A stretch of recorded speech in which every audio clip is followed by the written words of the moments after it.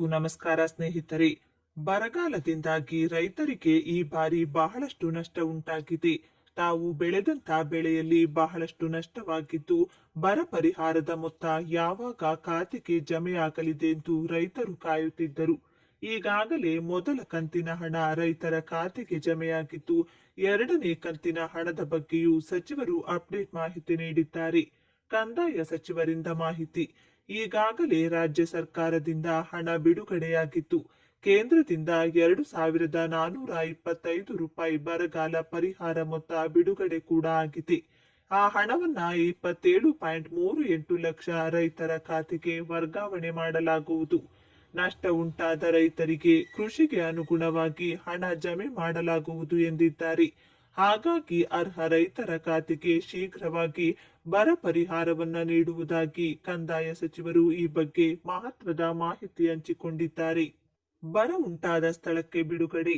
ಬರ ಉಂಟಾದ ಪ್ರದೇಶಕ್ಕೆ ಜಿಲ್ಲಾವಾರು ಹಂತ ಹಂತವಾಗಿ ಬರಗಾಲ ಪರಿಹಾರ ಮೊತ್ತ ಬಿಡುಗಡೆ ಮಾಡಲು ಈಗಾಗಲೇ ಚಿಂತನೆ ಮಾಡಲಾಗಿದೆ.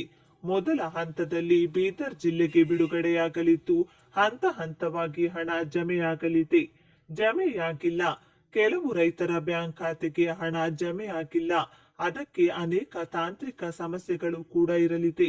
ರೈತರ ಎಫ್ಡಿಐ ಸಂಖ್ಯೆ, ಆಧಾರ್ ಸಮಸ್ಯೆ ಇತ್ಯಾದಿ ದಾಖಲೆ ಸಮಸ್ಯೆ ಇರಲಿದ್ದು, ಹಾಗಾಗಿ ಇನ್ನೂ ಕೂಡ ಪರಿಹಾರ ಮೊತ್ತ ಬಂದಿಲ್ಲ ಎನ್ನುವವರು ಸಹಾಯವಾಣಿ ಕೇಂದ್ರಕ್ಕೆ ಕರೆ ಮಾಡಿ ಪರಿಹರಿಸಿಕೊಳ್ಳಬಹುದು.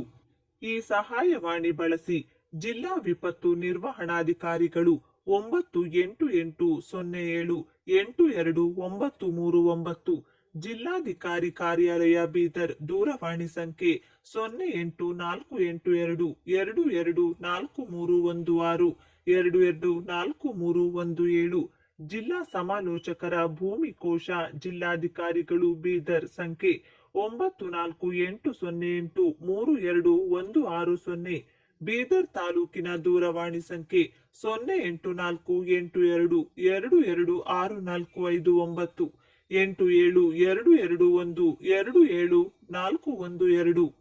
ಹುಲಸೂರು ತಾಲೂಕಿನವರು 9449317201, 9449317201. ಔರದಾ ತಾಲೂಕಿನ ರೈತರು 9828528024, ಹುಮನಾಬಾದ್ ತಾಲೂಕಿನವರು 084832700051, 7892674923. ಕಮಲನಗರ ತಾಲೂಕಿನವರು 7411002901, ಚಿಟ್ಟಗುಪ್ಪ ತಾಲೂಕಿನವರು 084832777577, 7619222865.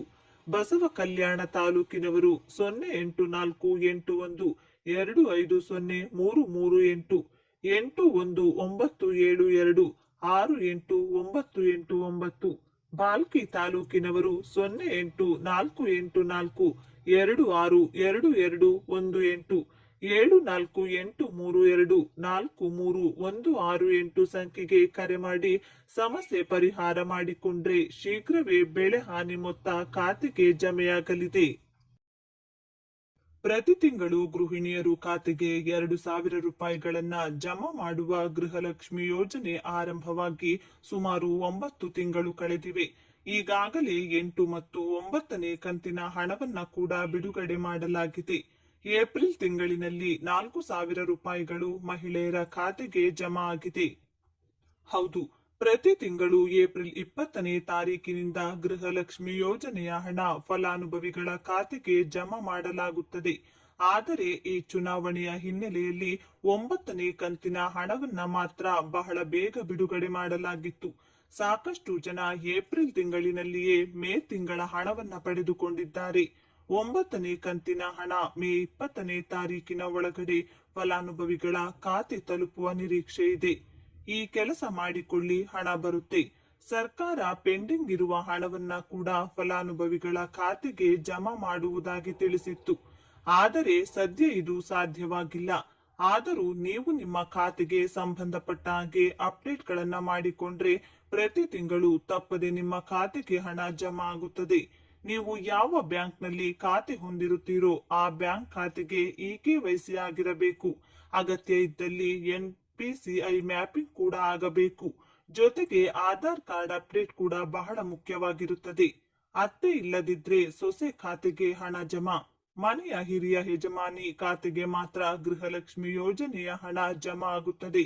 ಆದರೆ ಒಂದು ವೇಳೆ ಅತ್ತೆ ಮರಣ ಹೊಂದಿದ್ದರೆ ಮತ್ತೆ ಆ ಮನೆಯ ಹಿರಿಯ ಸೊಸೆ ಹೊಸದಾಗಿ ಅರ್ಜಿಯನ್ನ ಸಲ್ಲಿಸಿ ತಮ್ಮ ಖಾತೆಗೆ ಹಣ ಬರುವಂತೆ ಮಾಡಿಕೊಳ್ಳಬಹುದು ಎಂದು ಸರ್ಕಾರ ತಿಳಿಸಿದೆ. ಹಾಗಾಗಿ ಅತ್ತೆ ಇಲ್ಲದೆ ಇದ್ದಾಗ ಸೊಸೆ ಕೂಡ ಗೃಹಲಕ್ಷ್ಮಿ ಯೋಜನೆಯ ಹಣವನ್ನ ಪಡೆದುಕೊಳ್ಳಬಹುದು. ಸರ್ಕಾರ ಗೃಹಲಕ್ಷ್ಮಿ ಯೋಜನೆಗೆ ಅರ್ಜಿ ಸಲ್ಲಿಸುವ ಕೊನೆಯ ದಿನಾಂಕವನ್ನ ಘೋಷಿಸಿಲ್ಲ.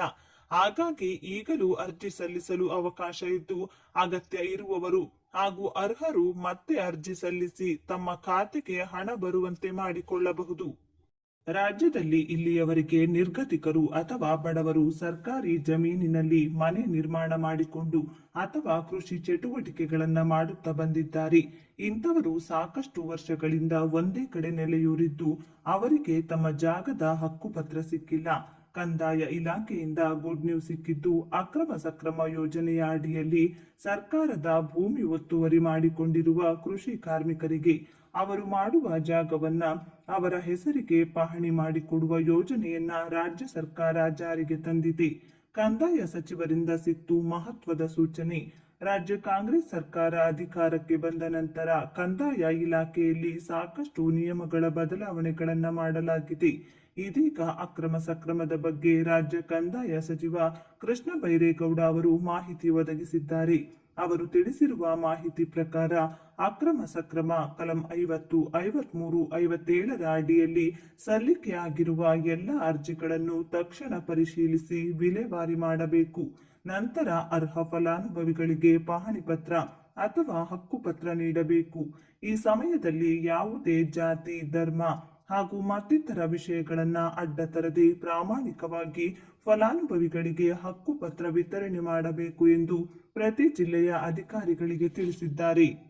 ಈ ಹಕ್ಕುಪತ್ರ ವಿತರಣೆ ಇದೀಗ ಭೂ ಸಾಗುವಳಿ ಪ್ರಮಾಣ ಪತ್ರ ಪಡೆದುಕೊಳ್ಳಲು ಸರ್ಕಾರಿ ಕಚೇರಿಗಳಿಗೆ ಅಲೆದಾಡಬೇಕಿಲ್ಲ.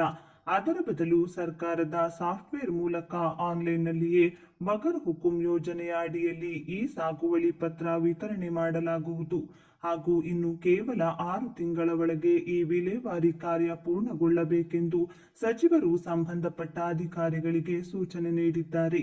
ಇದರಿಂದಾಗಿ ಇಷ್ಟು ವರ್ಷಗಳಿಂದ ಅರ್ಜಿ ಸಲ್ಲಿಸಿ ಸ್ವಂತ ಜಮೀನು ಮಾಡಿಕೊಳ್ಳಲು ಸಾಧ್ಯವಾಗದೇ ಇರುವವರು ಈಗ ಹಕ್ಕುಪತ್ರ ಪಡೆದುಕೊಳ್ಳಲು ಸಾಧ್ಯವಿದೆ.